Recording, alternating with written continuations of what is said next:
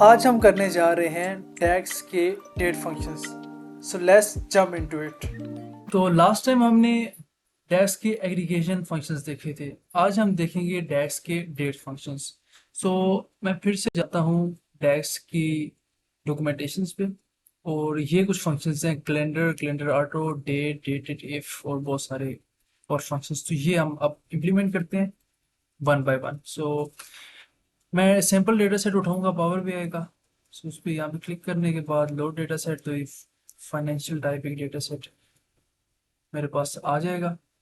और इसमें मुझे ये जस्ट फाइनेंशियल्स चाहिए, ट्रांसफॉर्म करने की ज़रूरत नहीं आएगी, ये पहले से होंगे क्लीन। सो मैं डायरेक्ट लोड पे जाता हूँ, तो वो वाला जो डेटा सेट है वो मेरा लोड हो जाएगा। तो अच्छा, जो डेट्स के फंक्शंस है ना, ये आपको कैलकुलेशंस परफॉर्म करने में मदद करती है। जैसे आपने लीड टाइम फाइंड करना है, तो वो आप पावर बीआई के अंदर डेक्स की डेक्स वगैरह लगा के ना लीड टाइम आप कर सकते हो। इस तरह ईयर्स के फ्रैक्शंस अगर करने हैं वो भी हो सकते हैं। फिजिकल ईयर का भी आज हम करेंगे कि फाइनेंशियल ईयर क्या होता है, कि हमारा दरअसल फाइनेंशियल ईयर ज़्यादातर कंपनीज का स्टार्ट होता है जुलाई से, फिर ख़त्म होता है जून तक। सो आपके एक्स एक्सिस पे आपको जुलाई से जून तक चाहिए, मींस जुलाई 2022 से स्टार्ट हुआ है तो जून 2023 तक ख़त्म होता है। तो आपको नीचे जो मंथ्स हैं वो उस तरह सॉर्टिंग में चाहिए। सो हम वो भी करेंगे, ठीक है। देन हमारे पास डेटा लोड हो चुका है, और पहला हमारे पास फंक्शन था कैलेंडर का। सो ये कैलेंडर का फंक्शन पहला है। कैलेंडर के अंदर होता क्या है कि हमारे पास एक, ये इसमें हम न्यू कॉलम बनानी है, सॉरी न्यू टेबल बनाना है, ठीक है। तो कैलेंडर हमें डेट्स दे देगा, एक नया टेबल हम बना लेते हैं। इसके अंदर हम ये कैलेंडर का नाम ये मैं देता हूँ, और अब जो फंक्शन है मेरा वो है कैलेंडर का, ठीक। सो कैलेंडर में मुझे स्टार्ट डेट एंड डेट मैं अपनी मर्जी से दे सकता हूँ। तो स्टार्ट डेट में, अच्छा इसके अंदर ना मैं एक और वो फंक्शन लगाता हूँ कि हमारे पास जो स्टार्ट डेट है वो जस्ट डेट। अब कैलेंडर के फंक्शन के अंदर मैंने एक और फंक्शन ओपन कर दिया डेट का, उसके अंदर ईयर मैं दे देता हूँ, ये मैं फिजिकल ईयर वाली काम कर देता हूँ कि हमारे पास 1/2022, कोमा मंथ मेरे पास होगा 07 या 7, 1। सो मेरे पास अब जो स्टार्ट डेट है वो मेरा, सॉरी 2022 था ये, ठीक है। सो ये 2022 हो गया। देन मेरे पास अब एंड डेट जो है वो इस ईयर का फिजिकल ईयर में कर देता हूँ, तो वो मेरे पास आ जाएगा डेट। फिर से मैंने डेट ओपन कर दिया, इसके अंदर अब वो ब्लू हुआ हुआ है, आपने ईयर को करना है, ईयर को मैंने कर लिया। देन मंथ को मैंने करना है, तो मंथ मेरा 6 होगा जून, और डेट को करना है तो वो मेरा 30 होगा। सो मैं अब मेरे पास एक और कैलेंडर बन चुका है जिसमें फिजिकल ईयर है, जिसमें डेट है 1 जून से लेके 30, सॉरी 1 जुलाई से लेके 30 जून तक, ठीक है। तो ये मेरा एक पहला फंक्शन हमने कर लिया। देन हमारे पास दूसरा फंक्शन है जिसके अंदर है हमारे पास ये कैलेंडर ऑटो। अब कैलेंडर ऑटो क्या करता है? सो कैलेंडर ऑटो भी आपको देगा एक टेबल ही, ठीक है। और इसके अंदर भी काम वही हो रहा है जो कि कैलेंडर के अंदर ही हो रहा है, ठीक। और वैसे इसके अंदर इन्होंने बताया हुआ है पावर बीआई ने कि इसके अंदर आपके पास एक फिजिकल ईयर का वो काम हो जाएगा, मीन्स फिजिकल ईयर निकल आता है डेट से, ठीक है। सो देखते हैं निकलता है कि नहीं निकलता। कैलेंडर ऑटो, और हमारे पास आ गया कैलेंडर ऑटो का फंक्शन।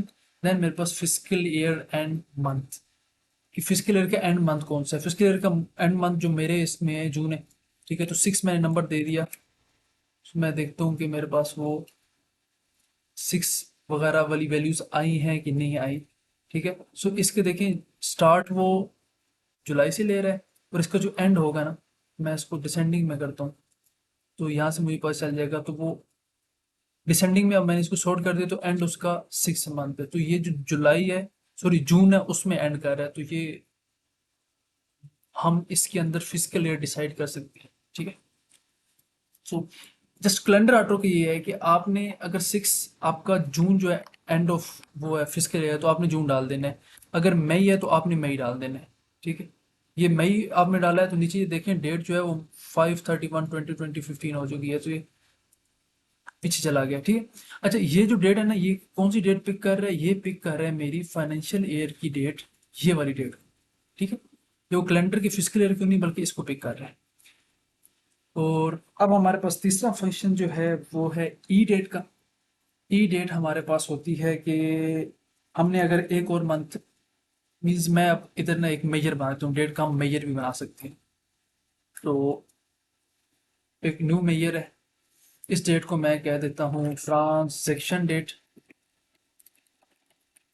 और इसका मेरे पास आ जाएगा एक मेजर, इस जस्ट मैं इसके अंदर एक डेट ले लेता हूँ, कुछ भी डेट मेरे पास आ सकती है। कि मेरे पास आ गई 10, डेट का फंक्शन हो गया 2023, कोमा मेरे पास कुछ भी मंथ हो गया 4 हो गया, और डे मेरे पास 10 आ गई, ठीक है। तो ये मेरे पास एक डेट आ गई। अब मैंने देखना है कि इस डेट से 3 महीने बाद क्या डेट होगी, ठीक है। अगर कोई भी मीन्स मेरे पास एक्सपायरी डेट अगर किसी आइटम का है, इसकी एग्जांपल हम इससे ले सकते हैं कि किसी की एक्सपायरी डेट है, तो मैं देखना चाहता हूँ कि 3 महीने बाद कौन सी डेट पे ये एक्सपायर होगी, ठीक है। तो यहाँ पे मेरे पास एक और फंक्शन है ई डेट का। तो पहले फंक्शन लगा दिया e date, then start date. Start date मेरी जो मैंने अभी बनाई है ये ट्रांजैक्शन वाली, और कोमा मंथ्स तो मैं 3 मंथ दे देता हूँ कि तीन, इस डेट के 3 मंथ बाद कौन सी डेट आएगी, ठीक है। सो हम वो देखने के लिए यहाँ पे टेबल को एंटर करते हैं। देन ट्रांजैक्शन डेट मेरी जो थी वो 10 अप्रैल थी, और ये 3 महीने के बाद वाली डेट होगी 10 जुलाई। सो मेरे पास ये ई डेट ये करता है, ठीक है। और इसके बाद जो एंड ऑफ मंथ है, ई ओ डेट जो है वो भी बिल्कुल सेम ही काम करता है, लेकिन उसके अंदर एक थोड़ा सा डिफरेंस है, चले वो हम देख ही लेते हैं। तो ये जो ई ओ डेट वाला है, ई ओ मंथ वाला, सॉरी। सो ई ओ मंथ में आपने जस्ट एक डिफरेंस है हमारे पास कि ई ओ मंथ में स्टार्ट डेट हमने वही ट्रांजैक्शन वाली दे दी, और 3 महीने बाद ही एंटर कर दिया। अब इसके अंदर वाज़ेह फ़र्क ये है कि ये अब 31 जुलाई दे रहा है। यहाँ पे 10 जुलाई तो उसी के 3 महीने, लेकिन ये उस 3 महीने के जो तीसरा महीना है उसकी लास्ट डेट लेके आएगा, ठीक। सो ये ई ओ मंथ और ई डेट में फ़र्क है।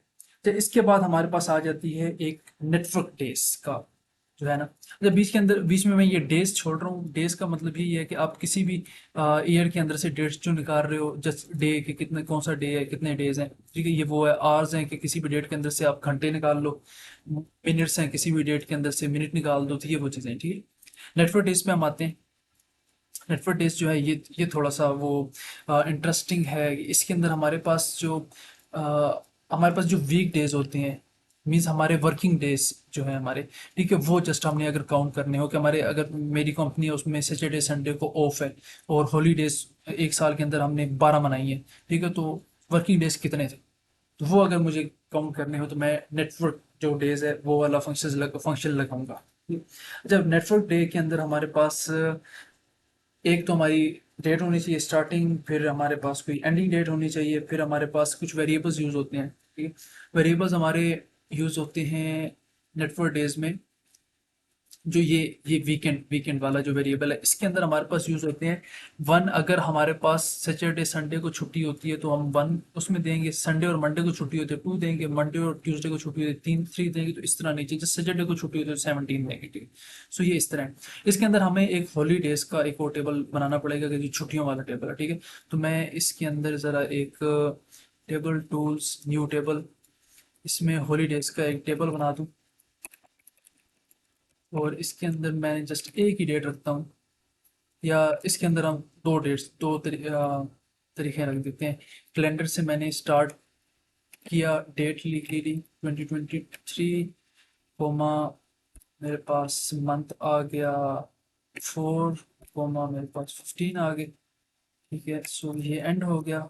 और इसी तरह ये डेट, मैंने डेट का फंक्शन ओपन किया 2023, कोमा 4, और इसके अंदर कोमा 16। तो ये मेरे मतलब 15 और 16 को हॉलीडे थी, ये आ गए यहाँ पे। अच्छा, अब मैं जाता हूँ ज़रा नेटवर्किंग डेज के अंदर। तो नेटवर्किंग डेज के अंदर जाने के लिए मुझे क्या चीज़ चाहिए, मुझे चाहिए एक मेजर। मैंने मेजर बना लिया। अच्छा, नेटवर्क डेज।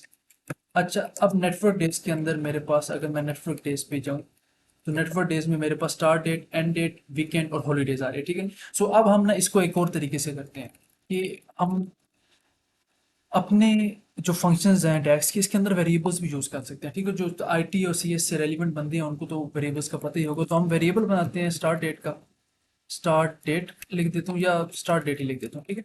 अच्छा, इस वेरिएबल जो ग्रीन हो गया ये वेरिएबल बन गया मेरा। अब इस वेरिएबल के अंदर मैं दे देता हूँ मेरी ट्रांजेक्शन डेट, ट्रांजेक्शन डेट दे दी, जो कि मेरे पास वो कुछ 10 अप्रैल थी।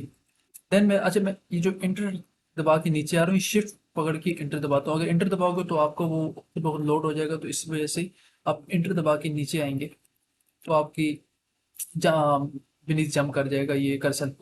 अच्छा, एंड डेट मैंने कर दी, ये मेरा ये जो एंड ऑफ मंथ वाला वो था मैया था, वो मैंने दे दिया। तो तीसरा हमारे पास वेरिएबल जो था वो था वीकेंड का, तो एक और वेरिएबल बना लूँ मैं वीक एंड का। और वीक एंड में मेरे पास, क्योंकि सैटरडे और संडे को छुट्टी होती है, तो मैं जस्ट 1 दे दिया। देन मेरे पास एक और वो है हॉलीडेज वाला जो है, ठीक है, उसको मैं नहीं देता, उसको हम डायरेक्ट फंक्शन में देंगे। और मैं यहाँ पे अब ऊपर मैंने वेरिएबल्स बना दिए। देन मैं यहाँ पे रिटर्न लिखूंगा, और यहाँ पे अब मेरा ये जब रिटर्न ब्लू हो चुका है, अब इसके नीचे मैं अपना फॉर्मूला या फंक्शन लगा सकता हूँ। तो इसमें मेरे पास स्टार्ट डेट पे मैं गया, उसका वेरिएबल था, और उस वेरिएबल के अंदर मेरे पास क्या पड़ा हुआ है, ट्रांजेक्शन डेट पड़ी हुई है, ठीक है। एंड डेट का जो वेरिएबल है उसके अंदर मेरे पास पड़ा हुआ है वो ईओ, एंड ऑफ मंथ का डेट, ठीक है। देन मेरे पास वीकेंड वाले जो वेरिएबल मैंने खुद बनाया हुआ है, इसके अंदर मेरे पास पड़ा हुआ है 1, मीन्स सैटरडे और संडे को छुट्टी होती है। और हॉलीडेज में मैं डाल दूंगा ये हॉलीडेज वाला जो मैंने टेबल न्यू बनाया है वो। सो मैं इसके अंदर अभी एंटर प्रेस कर रहा हूँ। अब मुझे पता चल जाएगा कि ये जो इन दो डेट्स के बीच में वर्किंग डेज कितने थे। सो अब मुझे ये नेटवर्क डेज जो है ना मिल गया। तो 81 वर्किंग डेज थी इसके अंदर, ठीक है। अगर हम उसके अंदर सैटरडे संडे और इन दो डेट्स को निकाल दें तो हमारे पास ये 15 और 16 अप्रैल को निकाल दें तो हमारे पास टोटल वर्किंग डेज 81 थे, ठीक है। तो ये नेटवर्क डेज का ही है, और हमने इसको वेरिएबल्स के थ्रू किया है। देन हमारे पास और फंक्शंस हैं, जिस तरह के नाउ हो गया, और क्वार्टर के लिए क्वार्टर होगा, नाउ का मैं कर देता हूँ। और एयर एयर फ्रैक्शन का हम दो और कर लेते हैं, ठीक है। अच्छा, नाउ में हमारे पास क्या होता है कि अभी इस वक्त जो डेट है वो आ जाएगी। तो नाउ पे क्लिक करते हैं, और नाउ, तो ये अभी की डेट आएगी +2, ठीक है। +2 का मतलब है कि आज से 2 दिन बाद क्या, कौन सी डेट है। सो मैं ज़रा इस पर क्लिक कर दूँ तो ये देखें 4/9/4, आज क्योंकि 2 अप्रैल है, तो आज से 2 दिन बाद क्या होगा। और मैं ये वीडियो बना रहा हूँ 1:27 पे। सो ये अब 2 दिन नेक्स्ट की हमें इसने डेट दे दी है। देन हमारे पास ईयर फ्रैक्शन है। तो ईयर फ्रैक्शन में यही होता है कि हमारा कितने से कितना गैप आ चुका है एक स्टार्ट डेट से एंड डेट तक, ठीक है। सो हम इसके लिए भी, ईयर फ्रैक्शन के लिए भी लेते हैं एक मेजर, और ईयर फ्रैक कर देते हैं इसको, ठीक है। अच्छा, ईयर फ्रैक्शन के लिए हमारे पास पहले हमने जी वेरिएबल का वो फंक्शन का नाम लिख लिया, स्टार्ट डेट। अच्छा, हम इसमें वेरिएबल भी बना के लिख सकते हैं। अब मैं इसमें वेरिएबल ही बना रहा, वो पीछे बनाया था, अब इसमें ऐसे ही हम लिख लेते हैं। अच्छा, इसमें मैं फर्स्ट डेट कर देता हूँ, ठीक है। फर्स्ट डेट किस चीज़ की, फाइनेंशियल के अंदर मेरे पास डेट का जो कॉलम है उसकी पहली डेट, कोमा लास्ट डेट में मैं कर देता हूँ लास्ट डेट, ये उसकी लास्ट डेट उठा लाएगा, ठीक है। सो फाइनेंशियल ईयर, वो जो फाइनेंशियल डेट है उसका जो लास्ट डेट है वो आ गई। और मुझे तीसरा पैरामीटर तो नहीं चाहिए, आई गेस, हाँ चाहिए, ठीक है। तो अब तीसरा पैरामीटर है बेसिस। बेसिस 0 1 2 3 4 हो सकती है। और अगर हम ईयर फ्रैक में जाएं तो यहाँ पे देखें बेसिस 360 365, अगर 365 डेज हैं तो आपने 3 करना है, ठीक है। 360 डेज हैं या कुछ भी हैं तो आपने उनकी फ्रैक्शन पे बेसिस पे फ्रैक्शन लगानी है। तो हमारे इधर 365 ही ज़्यादा डेज होते हैं, तो मैं 365 मतलब 3 को देता हूँ और एंटर कर देता हूँ। अब मुझे ये बता देगा कि इसका कितना फ्रैक्शन है। अच्छा, अब मैं यहाँ पे हमारा जो फिजिकल या फाइनेंशियल ईयर है उसको हम ऐड करते हैं, ठीक है। हमने डेट को एक्स एक्सिस में दे दिया, ठीक है। यहाँ पे मुझे जस्ट चाहिए मंथ, और वाई एक्सिस में मेरे पास वैल्यूज आती हैं, वैल्यूज मेरे सम ऑफ प्रॉफिट भी आ सकता है। तो ये अब आपको नीचे नजर आ रहा होगा एक्सिस में कि हमारे पास जनवरी टू दिसंबर डेट आ रही है। सो मुझे चाहिए कि मेरा जून टू जुलाई तक हो, ठीक है, पहला जून आए और आखिरी जुलाई आए, ठीक है। सो ये मेरा फाइनेंशियल ईयर है। तो इसको जून टू जुलाई में करने के लिए हमें सबसे पहले तो हम सीखते हैं इफ स्टेटमेंट, ठीक है। हम अब इस इफ भी हम सीखते हैं, ठीक है। मुझे एक मेजर बनाना है, ठीक है। तो मेजर में सबसे पहले तो मैं इसको फिजिकल ईयर कर देता हूँ, ठीक है। अच्छा, फिजिकल ईयर हमारे पास आ गया, और अब इसके अंदर मेरे पास इफ स्टेटमेंट जो होती है ना, लॉजिकल टेस्ट होता है। इफ का मतलब ये है कि अगर कोई चीज मैच हो रही है, अगर वो ठीक है, ट्रू है, तो उसका जो रिजल्ट आना है वो दे दो, फॉल्स है तो आगे वाला जो रिजल्ट है वो दे दो, ठीक है। सो ये इफ का सारा सारा। देन मुझे फिजिकल ईयर बनाने के लिए सबसे पहले तो जाना है इफ फाइनेंशियल ईयर, फाइनेंशियल्स में। देन यहाँ पे मैं एक न्यू कॉलम ऐड करूंगा, ठीक है। न्यू कॉलम के अंदर मैं दूंगा ये फिजिकल ईयर। तो फिजिकल ईयर मैंने दे दिया। अब मेरे पास फिजिकल ईयर का मुझे फंक्शंस बनाना है, फंक्शन बनाना है, फॉर्मूला बनाना है, ठीक। सो इसके अंदर मैं सबसे पहले एक वेरिएबल ऐड कर रहा हूँ। वेरिएबल में मैं मंथ दिया, ठीक। मंथ डैश एफ मीन्स ये एक फिजिकल ईयर का वेरिएबल बन गया। उसके अंदर मंथ मैं महीना उठाऊंगा, ठीक है, क्योंकि मुझे नीचे मंथ चाहिए जुलाई से जून तक। और डेट जो है मेरी वो मैं उठाऊंगा अपनी फाइनेंशियल ईयर के डेट से। सो अब इसके सारे मंथ्स जो है ना वो नीचे मेरे पास आ जाएंगे इस वेरिएबल के अंदर, मंथ अंडरस्कोर एफ वाले में। फिर मैं एक रिजल्ट का वेरिएबल बना रहा हूँ, ठीक है। रिजल्ट के वेरिएबल के अंदर मुझे अब क्या चाहिए, इफ स्टेटमेंट मैंने लगा दी। अगर मेरा जो ये मंथ अंडरस्कोर एफ है वो अगर ग्रेटर देन 6 है, तो मैंने क्या करना है, मंथ अंडरस्कोर एफ को -6 कर देना है। अगर वो ग्रेटर देन 6 नहीं है, अगर वो फॉल्स है, ऊपर देखें ब्लू में लिखा हुआ है रिटर्न इफ फॉल्स, तो फिर मैं मंथ अंडरस्कोर 6 को, सॉरी अंडरस्कोर एफ को +6 कर दूं, ठीक है। अच्छा, ये फार्मूला, ये लॉजिक लगा हुआ है, ठीक है। इसे हम लॉजिक कहते हैं। फाइनेंशियल ईयर मुझे क्या चाहिए, मुझे चाहिए कि मेरा ये जो जनवरी, क्योंकि जनवरी को मैं 1 काउंट कर रहा हूँ, फरवरी को 2, दिसंबर को 12, ये मुझे जैन से दिसंबर नहीं चाहिए, मुझे चाहिए जुलाई से जून तक, ठीक है। तो इसके लिए मैंने जो फॉर्मूला या जो लॉजिक लगाया है वो है कि अगर जुलाई का मंथ मेरे पास आता है, ठीक है, जुलाई का मंथ का नंबर क्या है, 7। 7 को मैंने, अगर ये 7 जो है ग्रेटर देन 6 है, तो 7 से मैंने -1 करना है, सॉरी -6 करना है, ठीक है, तो 1 हो जाएगा। अगर जुलाई है तो उसको नंबर मिल जाएगा 1, ठीक है। इसी तरह अगर अप्रैल आता है तो अप्रैल जो है वो 6 से छोटा है, तो इसमें मैं +6 करूंगा। तो अप्रैल में मैं जब 4 + 6 किया तो इसका 10 आ जाएगा। तो 10 मीन्स अप्रैल को 10 एलोकेट हो गया। तो मुझे अब क्योंकि जुलाई से जून तक चाहिए, तो अप्रैल मुझे चाहिए कि थर्ड लास्ट पे है, तो वो 10 नंबर उसका एलोकेट हो जाएगा, ठीक है। सो ये मेरा एक लॉजिक बना हुआ है।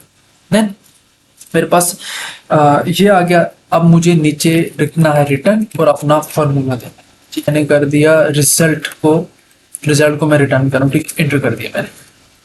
अब मेरे पास ये जहाँ जहाँ दिसंबर है वहाँ पे 6 आ चुका है, जहाँ जहाँ जून है वहाँ पे 12 आ चुका है, ठीक है। सो ये उस तरह, ये इस फॉर्म में आ चुका है, इस तरह सॉर्ट हो चुका है। देन मेरे पास ये जो डेट है ना, या इधर हम मंथ नेम जो है, इसको पे हम क्लिक करते हैं और सॉर्ट बाय कॉलम पे करके फिजिकल ईयर में इसको सॉर्टिंग कर देते हैं, ठीक। अब इसकी फिजिकल ईयर में सॉर्टिंग हो चुकी है। देन मैं जाता हूँ यहाँ पे और यहाँ से मैं इसको उड़ा के मैं ले आता हूँ अपना फिजिकल ईयर की सॉर्टिंग, मेरी मंथ नेम की फिजिकल ईयर की सॉर्टिंग। तो अब देखें ये जुलाई से जून तक हो चुका है। तो अब ये जो मेरा फाइनेंशियल ईयर है या फाइनेंशियल मंथ्स है, मीन्स जुलाई से वो स्टार्ट होता है, जून में ख़त्म होता है, तो ये जस्ट उसकी तरतीब में आ चुके हैं। हमारे पास एक फंक्शन रह गया था डेटेड इफ का, तो वो काफ़ी इंपॉर्टेंट है। उसके अंदर आप लीड टाइम फाइंड कर सकते हो। अच्छा, यहाँ पे मैंने एक क्वार्टर का भी फंक्शन लगाया हुआ है, डेट को लिखते हैं, उसके अंदर से जो सा फिर क्वार्टर है, मीन्स अगर पहले 3 महीनों में मार्च तक, जनवरी से मार्च तक है तो वो पहला क्वार्टर है, और ये क्वार्टर जो है वो जून से सितंबर तक है। तो अभी ये जो 9 वाली डेट थी उस पर मैं लगाया था, तो ये महीना तीसरा है, तो इस वजह से यहाँ पे थर्ड क्वार्टर आ रहा है, ठीक है। अच्छा, डेटेड इफ़ का फार्मूला हम लगाते हैं। डेटेड इफ़ का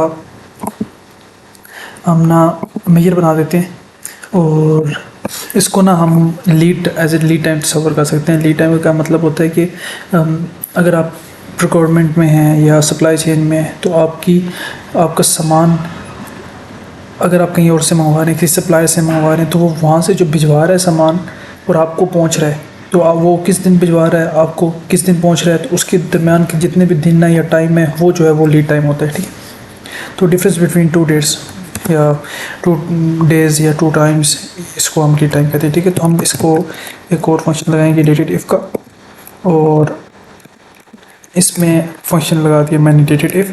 अच्छा, पहली जो डेटेड इफ़ हो गई, जो पहली डेट होती है, मतलब पहला डेट, तो पहला डेट हम डाल देते हैं इसमें ट्रांजैक्शन का, और एंड वाली जो डेट है, जो आखिरी डेट होगी, ठीक है, वो हम डाल देते हैं नाउ वाला डाल देते हैं, या हम उसके अंदर एंड ऑफ मंथ वाला डाल देते हैं, ठीक है।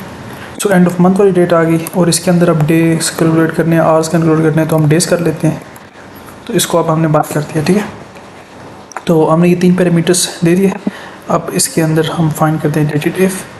तो इसी विजुअल के अंदर मैं डेटेड इफ़ कर दे तो 113 दिन बनते हैं।